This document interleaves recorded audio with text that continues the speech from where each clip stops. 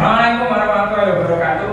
Waalaikumsalam warahmatullahi wabarakatuh. Selamat pagi teman-teman. Pagi. Sehat semua? Oke. Sebelum kita mulai pembelajaran, silakan kita cek kesiapan masing-masing. Silakan berdiri, kemudian bajunya yang belum dimasukkan. Silakan berdiri, bajunya dimasukkan.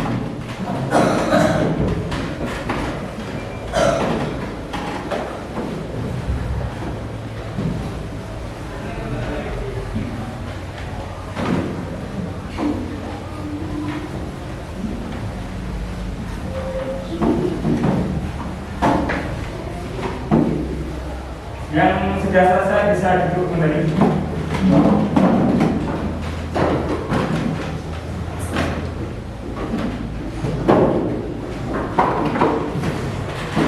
Ya. Sebelum kita mulai pembelajaran, seperti biasanya ketua kelas Mas Nadib, silakan untuk dipimpin berdoa. Siap, Kak. Berdoa mulai. Bismillahirrahmanirrahim. Raditu billahi rabban wa bil islami dinan wa bi Muhammadin nabiyyan wa rasulan. Rabbi zidni ilman warzuqni fahma. Amin ya rabbal alamin. Ya, kita lanjutkan dengan absen dulu ya. Kelas 7C.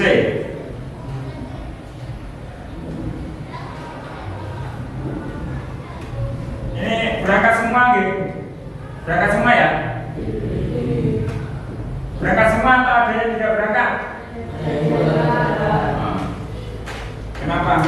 Sakit? Ya, semoga yang sakit lekas sembuh dan kembali bisa belajar dengan kita. Oke. Yang sakit siapa namanya? Ahmad Amiruddin. Ya. Hanya itu nih. Oke. Kita langsung saja, berarti semua berangkat kecuali Mas Ahmad Amiruddin. Kita lanjutkan dengan literasi. Minggu kemarin atau pertemuan kemarin kita sudah membaca surat Yasin mulai dari 1 sampai 10. Sekarang kita lanjutkan ayat 11 sampai 20. A'udzu billahi minasy syaithanir rajim. Bismillahirrahmanirrahim.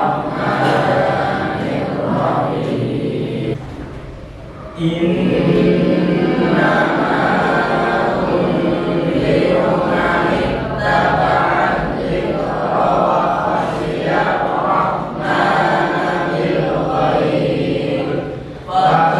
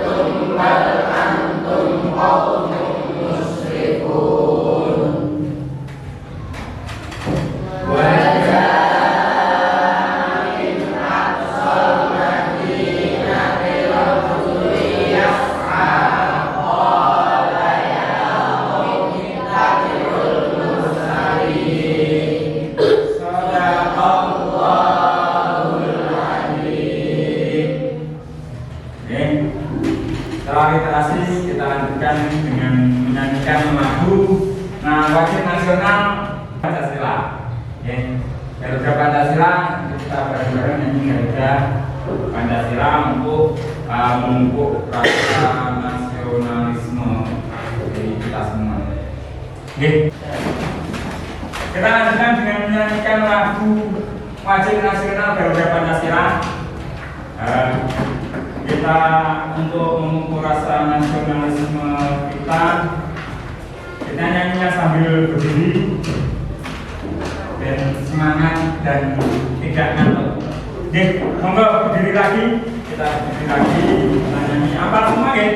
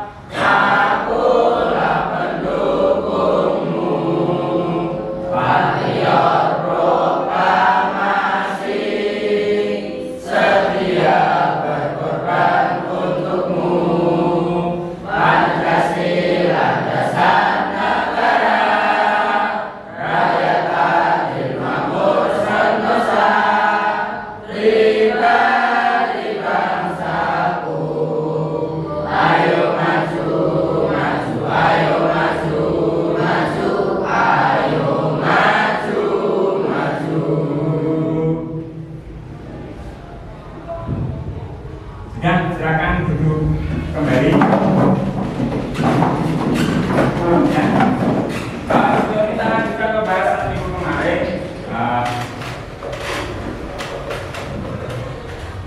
sebelum kita masuk ke pembahasan, kita ingat-ingat dulu pembelajaran minggu kemarin. Minggu kemarin siapa yang ingat kita membahas tentang apa? Mas Rafiq, silakan.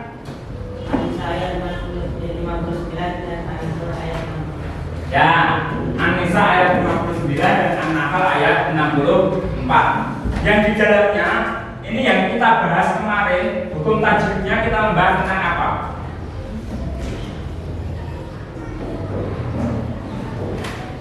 Nah, silakan.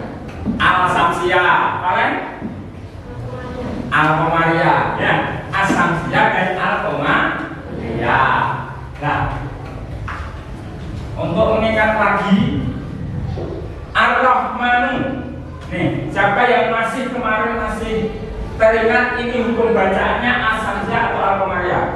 Ya, silakan, Gabriel. As-Samsiyah. Oke. Alhamdu. Kemarin, kalian silakan bacaan apa? Al-Qamariyah. Ya, ini yang kita bahas kemarin. Kita bahas tentang Quran surat An-Nisa ayat 59, An-Nahl ayat 64, khususnya pada hukum bacaan Al-Samsiyah dan Al-Qamariyah. Nah, pada pertemuan kali ini kita masih membahas tentang Quran surat An-Nisa ayat 59 dan An-Nahl ayat 64. Akan tetapi kita selangkah lebih maju dengan membahas isi kandungannya. Maka tujuan pembelajaran yang pertama pada minggu ini adalah membahas tentang mengidentifikasi kandungan Quran surat An-Nisa ayat 59 dan An-Nahl ayat 64. Yang kedua, dari hasil identifikasi ini maka akan didapatkan di dalamnya tentang definisi dan fungsi hadis atas Al-Quran. Nah, nanti selanjutnya saya diminta untuk membuat peta konsep. Peta konsep ini semacam peta tapi berbentuk konsep tentang hadis dan fungsinya atas Al-Quran, dan sehingga diharapkan peserta didik dapat meyakini mushaf Al-Quran dan hadis Nabi sebagai pedoman hidup serta termotivasi dalam mendalami Al-Quran dan hadis. Ini tujuan belajar. Ini maka infografisnya masih sama dengan minggu kemarin. Setelah membaca Quran surat An-Nisa ayat 59, anak ayat 64, kemudian mengartikan, kemudian menerapkan bacaan alif lam samsiah dan alif lam qomariyah. Sudah sampai di sini. Nah, kita lanjutkan ke mengidentifikasi kandungannya, kemudian perilakunya, memahami posisi hati terhadap Al-Quran dan memahami isi kandungan Quran surat An-Nisa ayat 59. Untuk pemantik, pemantik kemarin praktik kan terbantu. Sekarang pemantik kita manfaatkan bahan ajar buku. Silakan teman buka di buku masing-masing. Di buku masing-masing dibuka rubrik Mari Bertafakur. Mari Bertafakur. Setelah sampai baca, nanti setiap satu bangku ini membuat satu pertanyaan yang harus dijawab oleh teman sebangkunya. Satu bangkunya juga sama. Jadi misalnya Mas Arja membuat pertanyaan, nanti yang jawab Mas Iqbal. Sama, pertanyaan dari Mas Iqbal ini dijawab juga oleh Mas.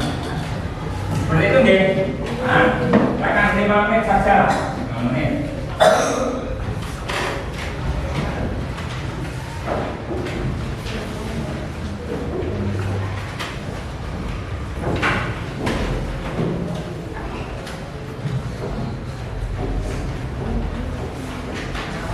Mari bertafakur. Sudah cukup ya? Cukup? Kita lanjutkan sekarang. Siapa yang ingin mengajukan pertanyaan? Silakan Mas Iqbal. Apa saja sumber ajaran agama Islam? Mas bangkunya Mas aja. Dari yang sampai kita di rubrik Mari Bertafakur sumber ajaran agama Islam ada apa saja? Ada Al-Quran, Nabi dan istilah ulama. Oke, terima kasih. Kasih tepuk tangan ya. Satu lagi. Woi, Mas Akmal. Silakan Mas Akmal. Mas tanya apa? Ya, apa tujuan Allah menurunkan Al-Quran bagi manusia? Mas Valen, satu bangkunya kan Mas Valen. Silakan dijawab Mas Valen. Sebagai petunjuk bagi kehidupan manusia. Oke, kasih tepuk tangan. Jadi mungkin cukup itu ya. Yang lainnya silakan untuk dijawab, ditukar jawaban tukar pertanyaan dan saling dijawab, saling bertanya dan saling menjawab. Ini pemantik. Artinya yang akan kita bahas terkait kandungan dari Quran surat An-Nisa ayat 59 dan An-Nahl ayat 64. Yang pertama adalah tentang sumber ajaran agama Islam, yakni Al-Quran dan Sunnah.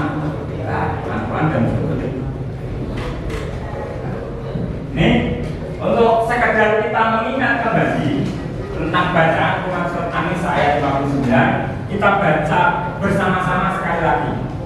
Oke, kita mulai dari Quran surat An-Nisa ayat 59. Nah, A'udzu billahi minasy syaithanir rajim.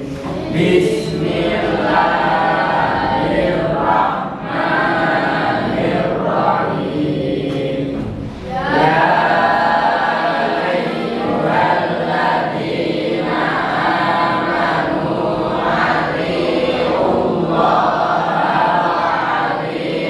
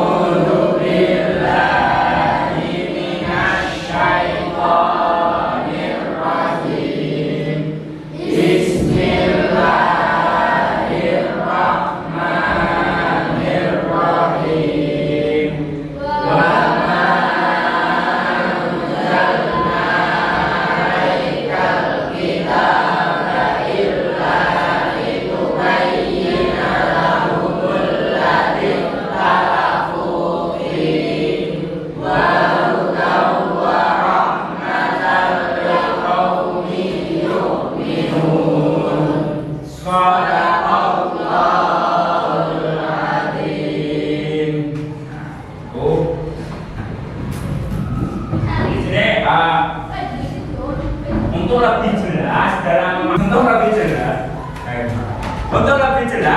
memahami kandungan Quran surat An-Nisa ayat 59 dan An-Nahl ayat 64. Nah, ini Pak Lutfi sudah menyediakan IR-code ini bisa sampean scan, kemudian nanti sampean akan diarahkan menuju ke Quran versi Kemenak. Di sana ada sudah lengkap, sampean bisa belajar bacaannya, sampean bisa belajar tafsirnya, sampean bisa belajar tentang cara bacanya. Oke, nanti bisa sampean jadikan salah satu sebagai bahan ajar. Nah, nanti bukan tidak. Kita masuk ke kegiatan inti dari pelajaran. Kita nanti kalian semua simak video ini video pertama. Nanti kalau ada 3 video, silakan sampai simak dan nanti beri tanggapan, beri masukan terkait video ini. Oke.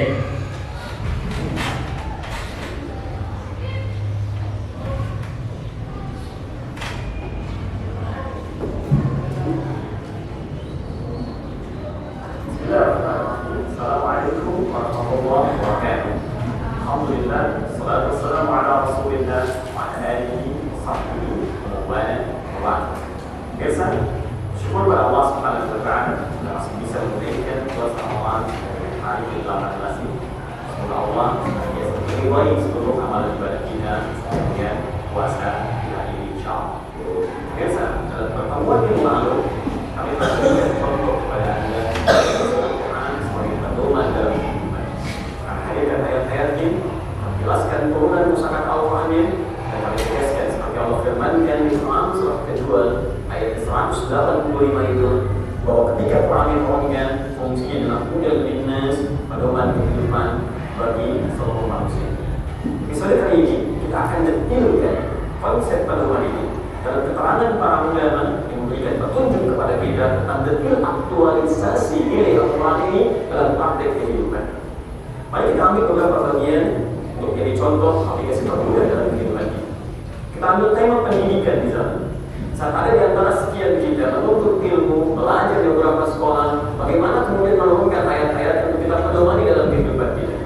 Kita ambil contoh misal Quran surah ke-96 ayat yang pertama sampai dengan ayat yang kelima. Quran surah ke-9 ayat ke-122. Quran surah ke-58 ayat yang ke-11. Kita turunkan ini dalam keterangan Nabi sallallahu alaihi wasallam yang dihimpun nanti oleh para sahabat dan diriwayatkan oleh para ulama hadis.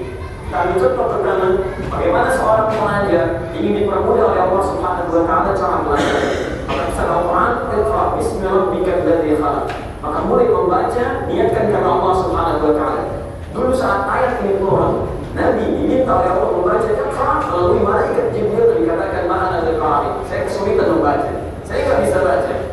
Tapi ketika ayat kesempurnaan baca karena Allah yang telah menciptakan kamu saja begitu mudah, apalagi hanya membuat kamu memahami bisa baca. Karena itu, ketika Anda mengalami kesulitan dalam belajar, maka semua niatkan karena Allah, mintakan kepada Allah, lalu berusaha untuk memahami setiap pelajaran yang Anda niatkan untuk bisa mendalaminya. Kata Allah, jangan sekedar belajar hanya untuk mendengarkan informasi, hanya untuk menghimpun berbagai maklumat, tapi jadikan setiap pelajaran Anda mesti paham Anda pada setiap objektif. Tafaqquh fid din, lihat tafaqquh fid din. Bagian ketiga, jangan sampai ada terjadi orang yang hanya sekedar pintar karena Quran tidak menginginkan itu. Jangankan Anda yang tidak beriman pun bisa pintar, tapi Quran menginginkan di balik keimanan Anda, iman Anda itu semakin meningkat di hadapan Allah Subhanahu wa taala. Nah, saudaraku, yang paling menarik dalam konsep ini ternyata semua turunan konsep Al-Quran didetailkan lagi oleh Nabi, dihimpun oleh para sahabat dan dikumpulkan oleh imam para ulama hadis menjadi satu kitab hadis. Menariknya, di antara ulama hadis yang paling hebat mengumpulkan konsep ini adalah Imam Al-Bukhari. Anda kenal Sahih Al-Bukhari, ternyata bukan sekedar turunan kitab-kitab hadis saja yang membuat bab-bab dan menjadi pembahasan, tapi Imam Al-Bukhari telah mengumpulkan semua turunan konsep Al-Quran dalam kitab. Bukan kitab kedua, kitab mengerti. Ada konsep tentang cara belajar yang bagus. Bukan bagian pertama kita beriman, kita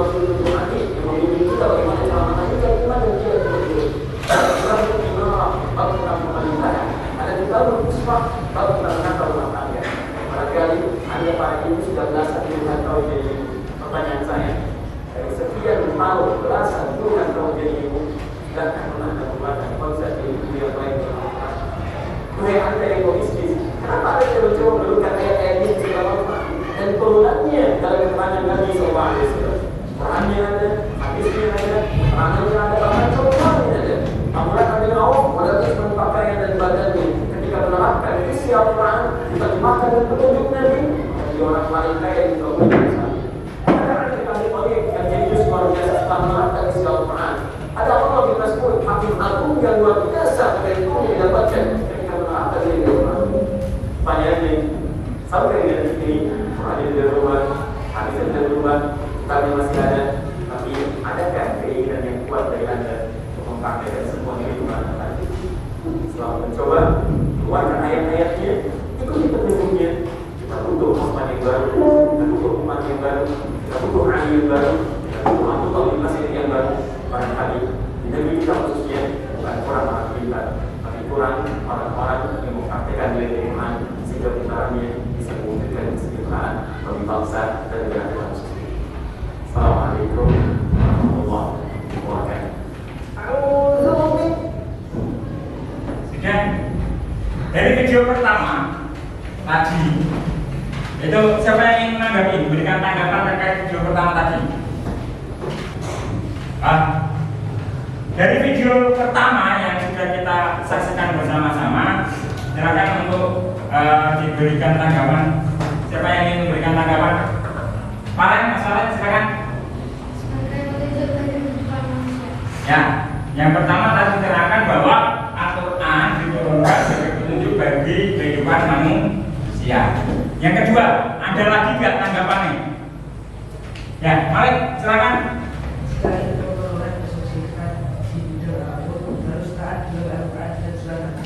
Ya, jika ingin mensukseskan dalam bidang apapun, harus berpedoman pada Al-Quran dan Sunnah Nabi. Tapi pengen yang menjadi pelajar, pengen sukses sebagai pelajar, itu harus lihat berpedoman pada Al-Quran dan Sunnah Nabi. Yang ingin jadi pedagang atau menjadi apapun, itu harus tetap berpedoman pada Al-Quran dan Sunnah Nabi. Kita lanjutkan video yang kedua. Allah, wahyu Rasul, taat kepada Allah. Cerminannya sekarang ini ketaatan kepada Allah, taat kepada Tuhan. Ya kan? Cerminannya taat kepada Rasul. Pada masa Rasul hidup, kita masih bisa mendengar beliau. Sekarang taat kepada Sunnah. Wa ulil amri seperti apa yang saya jelaskan. Nah, bagaimana bentuknya taat kepada ulil amri? Kalau baik yang dia perintahkan, kita taati. Kalau kurang baik, kita nasihati. Kita kritik, membangun. Itu namanya taat.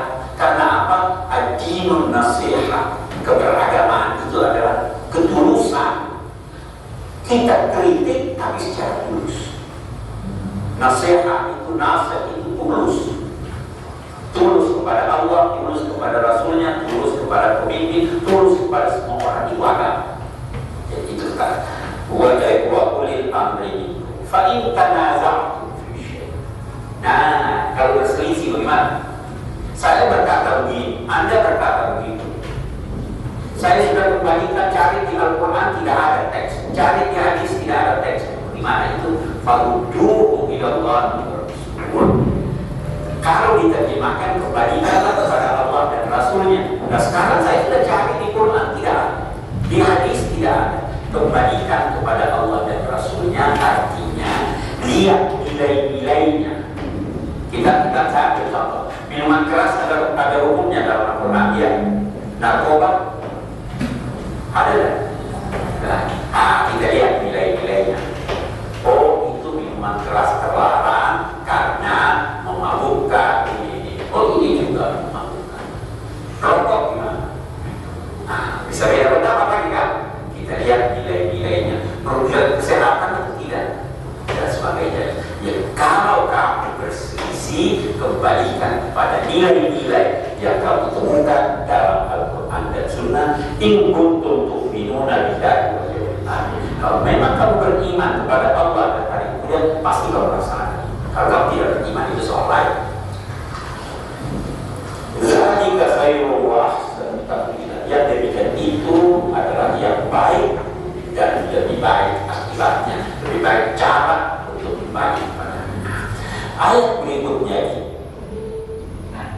Sudah selesai, itu video yang kedua. Ini Profesor Siap menerangkan tentang kandungan-kandungan atau tafsir Al-Quran dari Quran surat An-Nisa ayat 9. Silakan dari video kedua yang ingin menanggapi siapa? Ya, Pak Belum silakan. Kata Allah saya dengan berperilaku sesuai Al-Quran dan kepada Rasul berperilaku sesuai dengan Sunnah.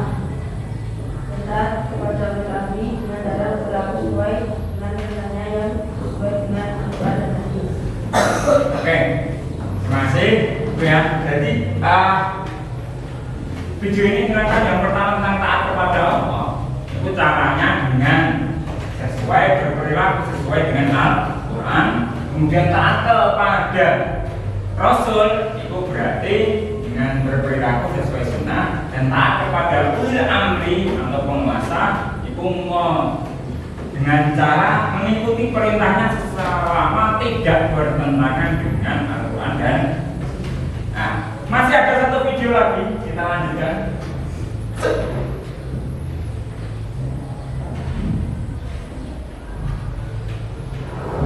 Ma'anzalna 'alaika al-kitaba illa litubayyana lahum alladhi ikhtalafu fihi. Padahal kami telah menurunkan kepada Muhammad kitab suci ini yang tujuannya engkau bertugas menjelaskan maknanya melalui ucapan kamu, melalui pembenaran kamu, melalui keteladanan kamu, dan dengan demikian perselisihan pendapat, perbedaan antara manusia akan dapat beri petunjuk yang mana yang benar, sekaligus itu merupakan rahmat bagi orang-orang yang mau beriman. Baru dia katakan sebagaimana kitab suci ini menghidupkan jiwa manusia, Allah juga menghidupkan tanah ini dengan air yang diturunkan. Tanah yang gersang menjadi hidup dengan tumbuhnya tumbuhan. Dikatakan Allah azza. Sudah. Dari video ketiga, ini siapa yang ingin memberikan tanggapan terkait video ketiga? Rafif, silakan Rafif. Untuk menjelaskan makna Al-Quran harus diwujudkan dengan ucapan, perbuatan, dan perbuatan sehari-hari. Ya, untuk menunjukkan makna Al-Quran ini harus dibuktikan dengan ucapan, perbuatan yang sesuai dengan Al-Quran dalam kehidupan sehari-hari. Oke, dari 3 video ini bisa sampaikan dijadikan bahan sebagai bahan diskusi untuk pembagian kelompok selanjutnya. Masih sama dengan minggu kemarin pembagian kelompoknya, kita akan dibagi menjadi 6 kelompok. Setiap kelompok dipandu oleh tutor seperti kemarin. Kelompok 1 Munadif, Ahmad Munadif. Kelompok 2 Maulana Malik. Kelompok 3 Arja. Kelompok 4 Tobroni. Kelompok 5 Valensi. Kelompok 6 Rafi. Ya. Nah, waktu untuk berdiskusi 20 menit. Nanti salah satu dari kelompok ini mempresentasikan hasil diskusinya ke depan. Jadi yang lain nanti menanggapi. Setiap kelompok bertugas untuk mencari informasi dan mengidentifikasi submateri. Yang pertama kandungan surat An-Nisa ayat 59 dan An-Nahl 64 dan contoh perilaku yang mencerminkan Quran surat An-Nisa ayat 59 dan An-Nahl ayat 64. Yang kedua pengertian Al-Quran dan hadis dan perbedaan antara hadis, sunnah, khobar dan asar. Yang ketiga fungsi hadis terhadap Al-Quran, bayan, takrir dan contohnya. Yang keempat fungsi hadis terhadap Al-Quran, bayan, tafsir dan contohnya. Yang kelima fungsi hadis terhadap Al-Quran, bayan, tafsir dan contohnya. Fungsi hadis terhadap Al-Quran, bayan, asar dan contohnya. Itu 6. Maka kelompok 1 yang dipimpin oleh Mas Munadif ini mengerjakan sub A, tadi submateri A tentang kandungan dan contoh perilaku.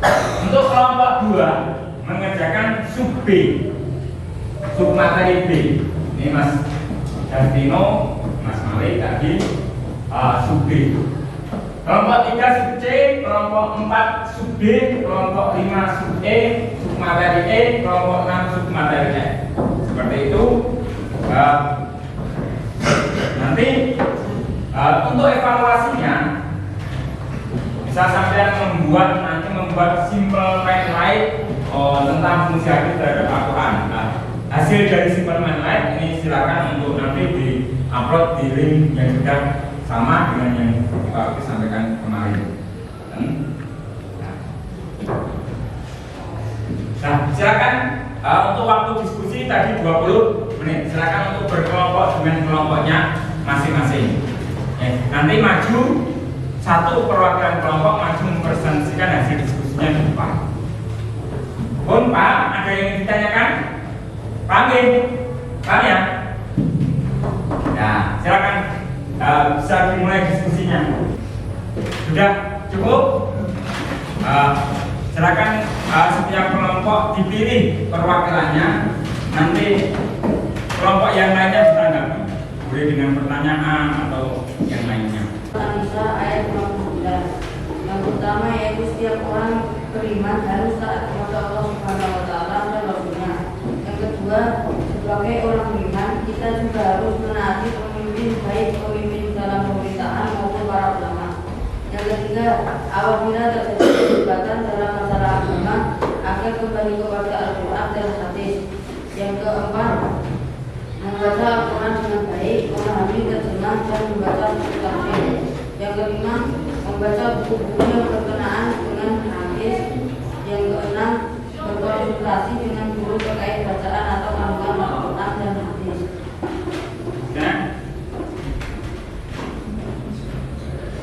Sudah, kita kasih tepuk tangan dulu. Silakan dari kelompok lain yang ingin bertanya atau menanggapi dari presentasi kelompok satu. Mas Jilmi, silakan.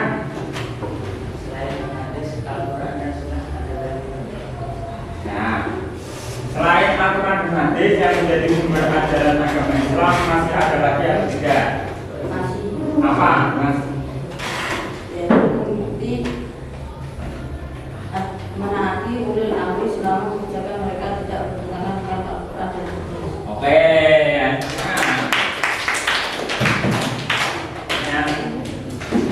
Sudah cukup ya untuk kelompok satu. Silakan kembali ke tempat duduk masing-masing. Kita lanjutkan presentasi yang selanjutnya dari kelompok 2. Perwakilan mau siapa dari kelompok 2? Ya.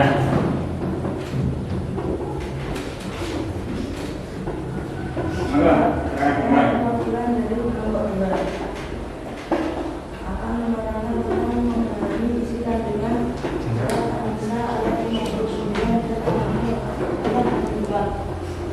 Al-Quran diidentifikasikan sebagai wahyu Allah Subhanahu wa taala yang menjadi mukjizat dan dihubungkan kepada Nabi Muhammad SAW.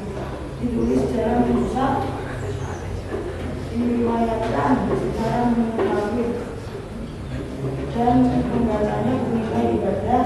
Al-Quran dikasarkan tertulis pada mushaf mulai surat Al-Fatihah sampai surat An-Nas. Yang kedua, posisi hadis terhadap Al-Quran. Terdapat agam yang mengambil sama dengan hadis kalau tersebut adalah sunnah agar asal. Namun kata ini memberikan perbedaan sebagai berikut. Sunnah semua yang tersebut dari Nabi Muhammad SAW, baik perkataan, perbuatan, takbir, takbirat, puji, pekerti atau perjalanan hidupnya. Hadis perkataan, perbuatan dan takbir tersebut dari Nabi Muhammad SAW. Ada pula ulama yang mengamalkan sunnah dengan hadis. Bahwa sesuatu yang berbeda atau bisa dari perkataan Muhammad sampai dan selanjutnya. Asal sesuatu yang disampaikan pada syariat dan takbir. Dan ya, kasih tepuk tangan untuk kelompok 2. Dari kelompok presentasi kelompok 2, ada yang ingin bertanya atau menanggapi? Jelas ya? Dari kelompok 2. Kalau tidak ada, silakan kelompok 2 bisa duduk kembali. Kita lanjutkan untuk presentasi selanjutnya dari kelompok 3. Silakan siapa dari kelompok 3 yang ingin presentasikan?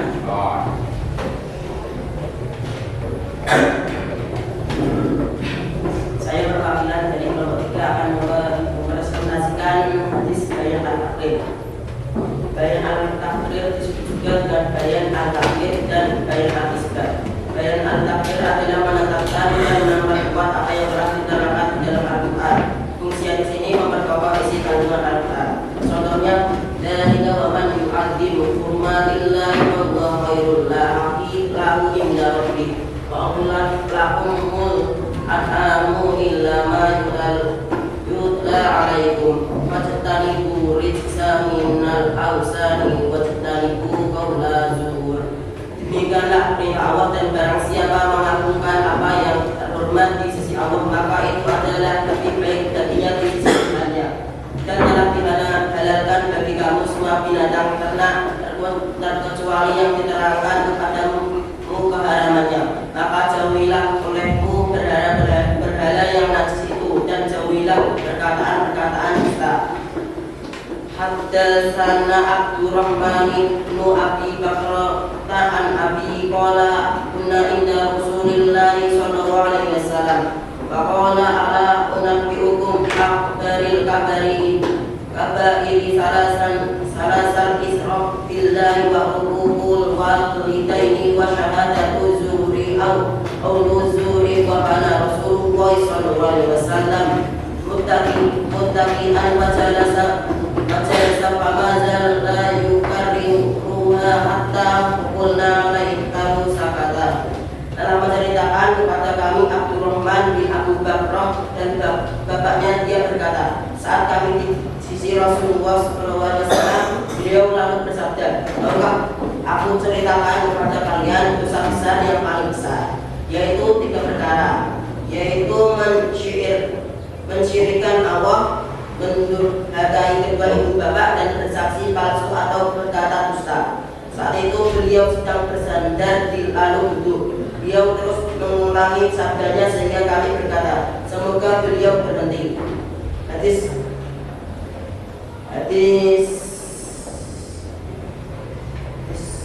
Muslim.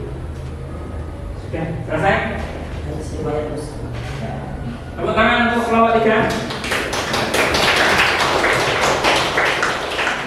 Kita lanjutkan presentasi selanjutnya untuk kelompok 4. Silakan siapa dari kelompok 4?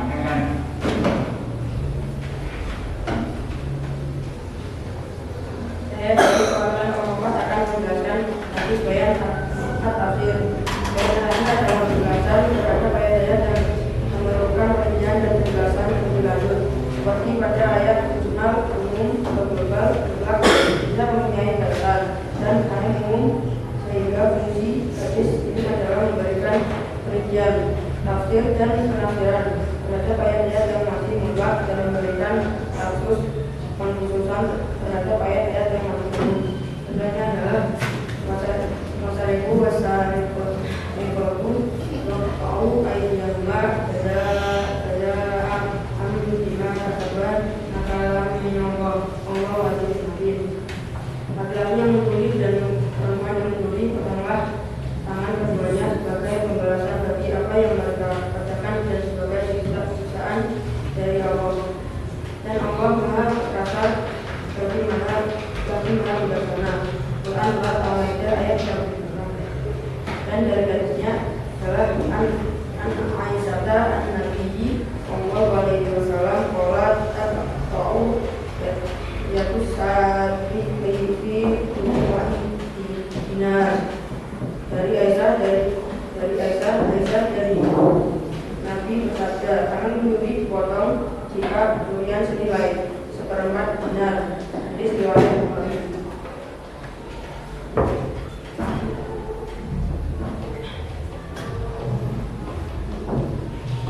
Oke, nah kita kasih tepuk tangan untuk kelompok 4.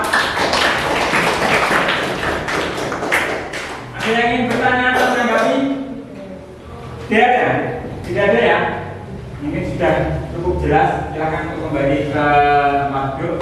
Kita lanjutkan presentasi selanjutnya kelompok 5, silakan siapa dari kelompok 5 ingin bersandikan ya diskusinya, monggo. Saya orang dari kelompok 5 akan menerangkan hadis bayan al-tasrik. Bayan al-tasrik adalah memberikan kepastian hukum Islam yang tidak ada dalam Quran. Biasanya Al-Quran hanya menerangkan pokok-pokoknya saja. Contohnya zakat fitrah. Inna Rasulullah sallallahu alaihi wasallam farada zakat al-fitri min Ramadan 'ala nasi sa'amin tamrin aw sa'amin sa'irin ala kulli habrin aw abdin zakarin aw unsa minal muslimin. Artinya Rasulullah telah mewajibkan zakat fitrah kepada mereka pada bulan Ramadan 1 Syawal. Kurma atau gandum untuk setiap orang, baik merdeka atau lembab, laki-laki atau perempuan. Hadis riwayat Muslim.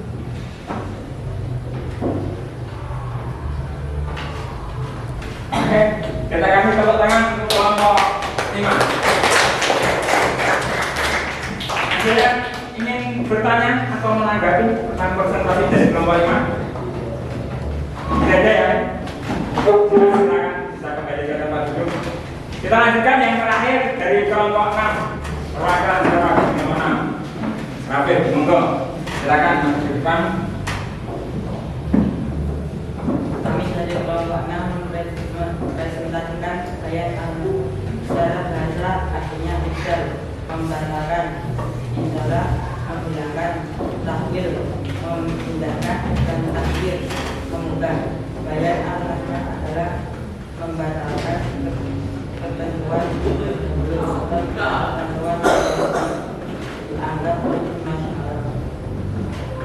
Ketika alaikum tidak pada ada kawal maupun indah wakairan wasiat yang berduaan bayi yang aksa mungkin ada atau kita dipakai apa dan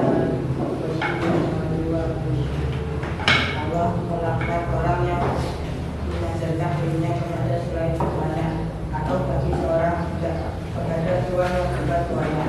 Anak itu untuk sang suami. Sedangkan bagi seorang jadinya adalah hukum ranjang.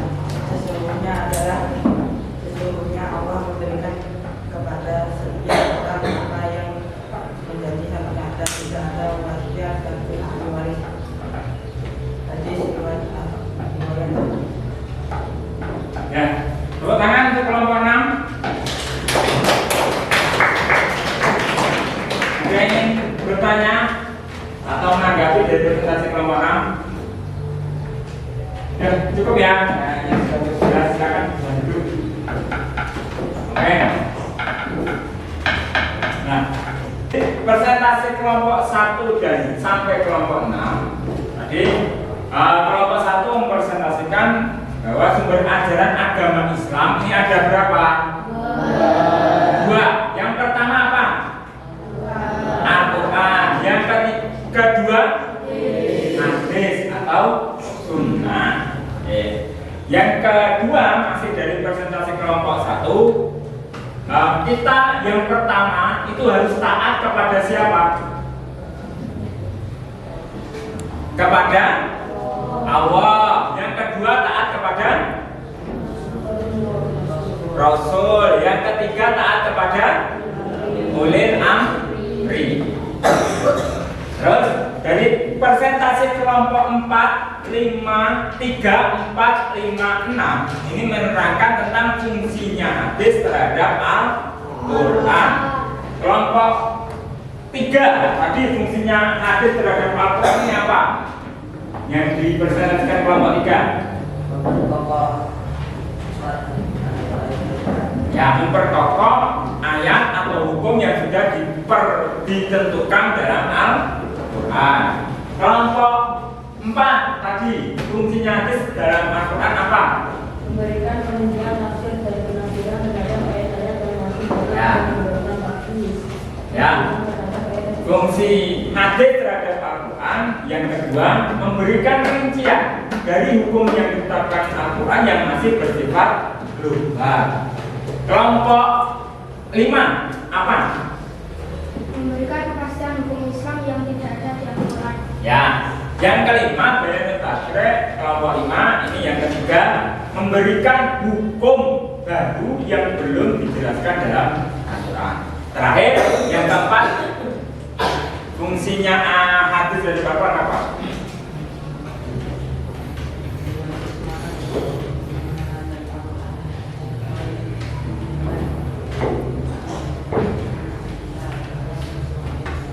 Ya, yang terakhir tadi bayanun nasa, mengganti atau membatalkan hukum yang sudah ditetapkan di Al-Quran dengan hukum 4. Kemudian RKPD-nya tadi nanti sampai membuat simpul main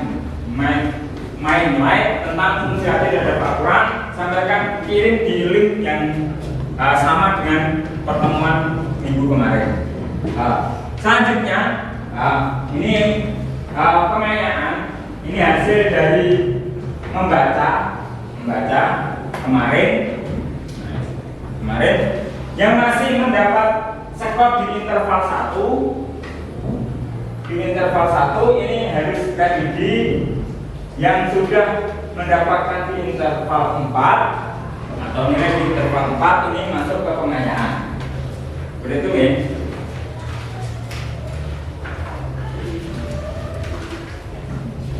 Ini biar jelas.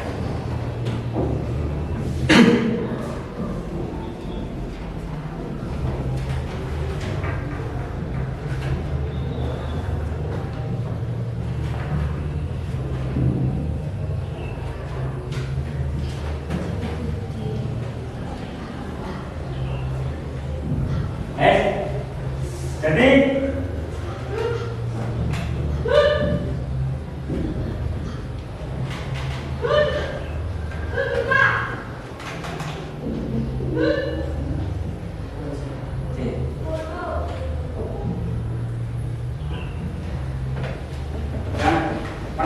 pengayaan dan remedi yang masih dapat nilai 4 ini masuk pengayaan. Jadi dari kelompoknya Tabrani ini tidak ada yang masuk pengayaan. Kemudian 3 ini aman. Yang masih 2 Gabriel dan Aji Apandi ini harus ikut remedi. Selanjutnya dari kelompok ini yang masih dapat nilai 1 Syafiul Anam dan Isal Fatir ini ikut program remedi, dan 4 Amiruddin, kemudian Amiruddin ini program pengayaan. Remedinya apa dan pengayaannya apa? Ini.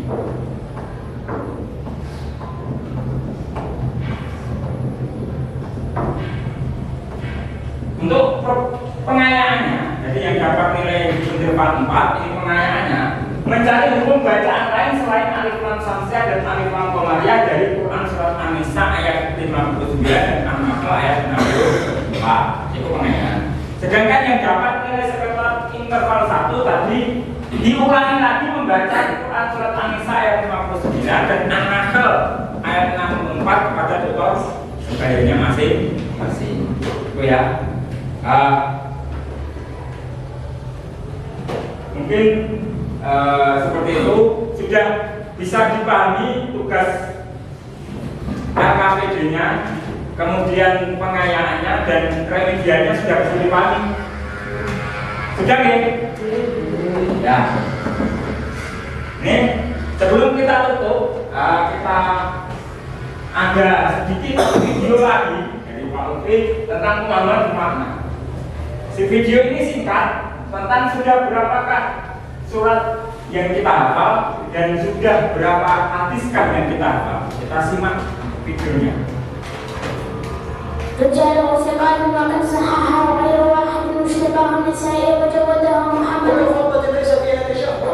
Syekh Jihad Al-Maliki istimewa.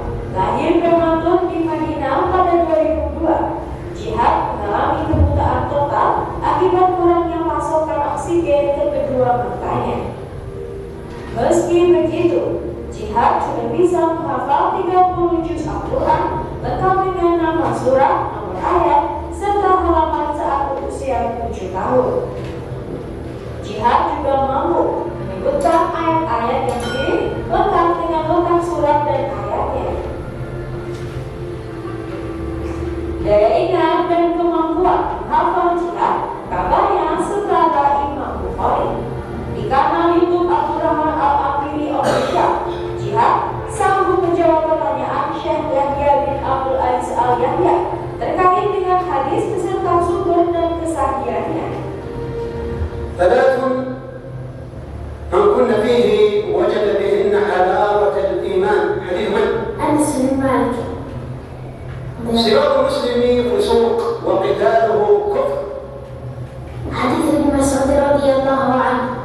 إن الله تابع الوحي على رسول الله صلى الله عليه وسلم وكان أكثر ما كان الوحي يوم توفي رسول الله صلى الله عليه وسلم. حديث من؟ أنس بن مالك. إنه قد غشبني ريحها وأحرقني ذكاؤها. أبي هريرة. أكمل. إنه قد غشبني ريحها وأحرقني ذكاؤها فصرف وجهي عن النار فلا يزال يدعو الله فيقول هل لك أن أعطيك ذلك تسألن غيره فيقول لا رجاله ثقات وقد صح رجاله. Cukup?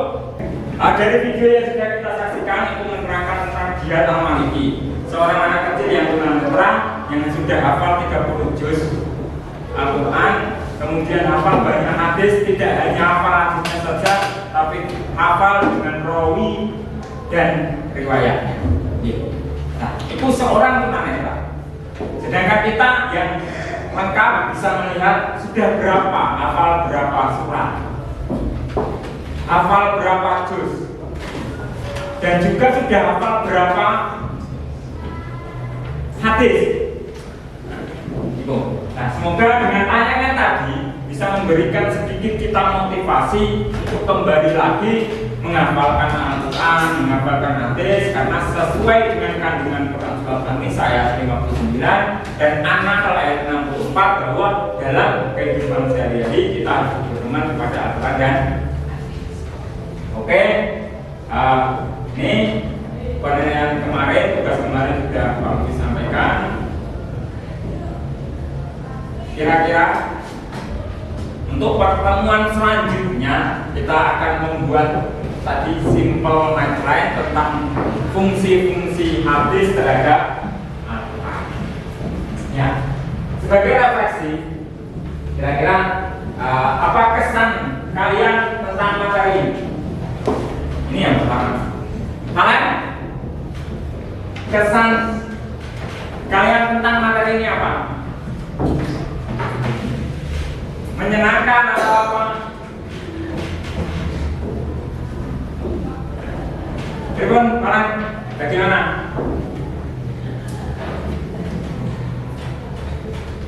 Senang apa? Senang atau tidak? Kesannya bagaimana kesannya?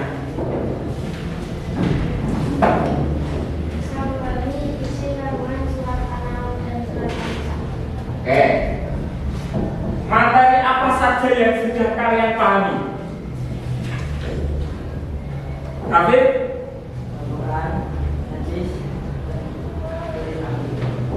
Al-Quran, hadis, ulil amri. Oke, bagian mana yang masih belum atau sulit sampai pahami?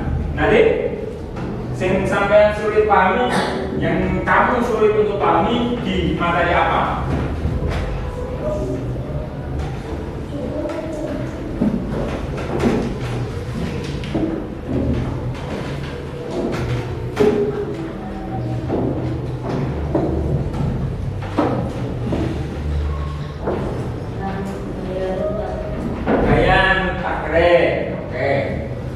Nah, terakhir sendiri masih kesulitan dalam membaca. Masihkah ada kesulitan? Masih ada kita sulit membaca Al-Quran, masih ada? Tidak ada ya? Oke, tidak ada. Nah, ini sekedar refleksi. Terima kasih. Tuh, Pak ingatkan lagi untuk pengayaannya, kemudian remedialnya, juga tugas LKPD-nya silakan dibacakan sesuai dengan kelompoknya masing-masing. Ya, seperti itu. Mari kita akhiri pembelajaran hari ini dengan membaca Doa kafaratul majlis bersama-sama. Subhanallahumma wa bihamdika asyhadu an la ilaha illa anta astaghfiruka wa atubu ilaik. Dari Pak Lutfi dari awal sampai akhir mohon maaf. Assalamualaikum warahmatullahi wabarakatuh.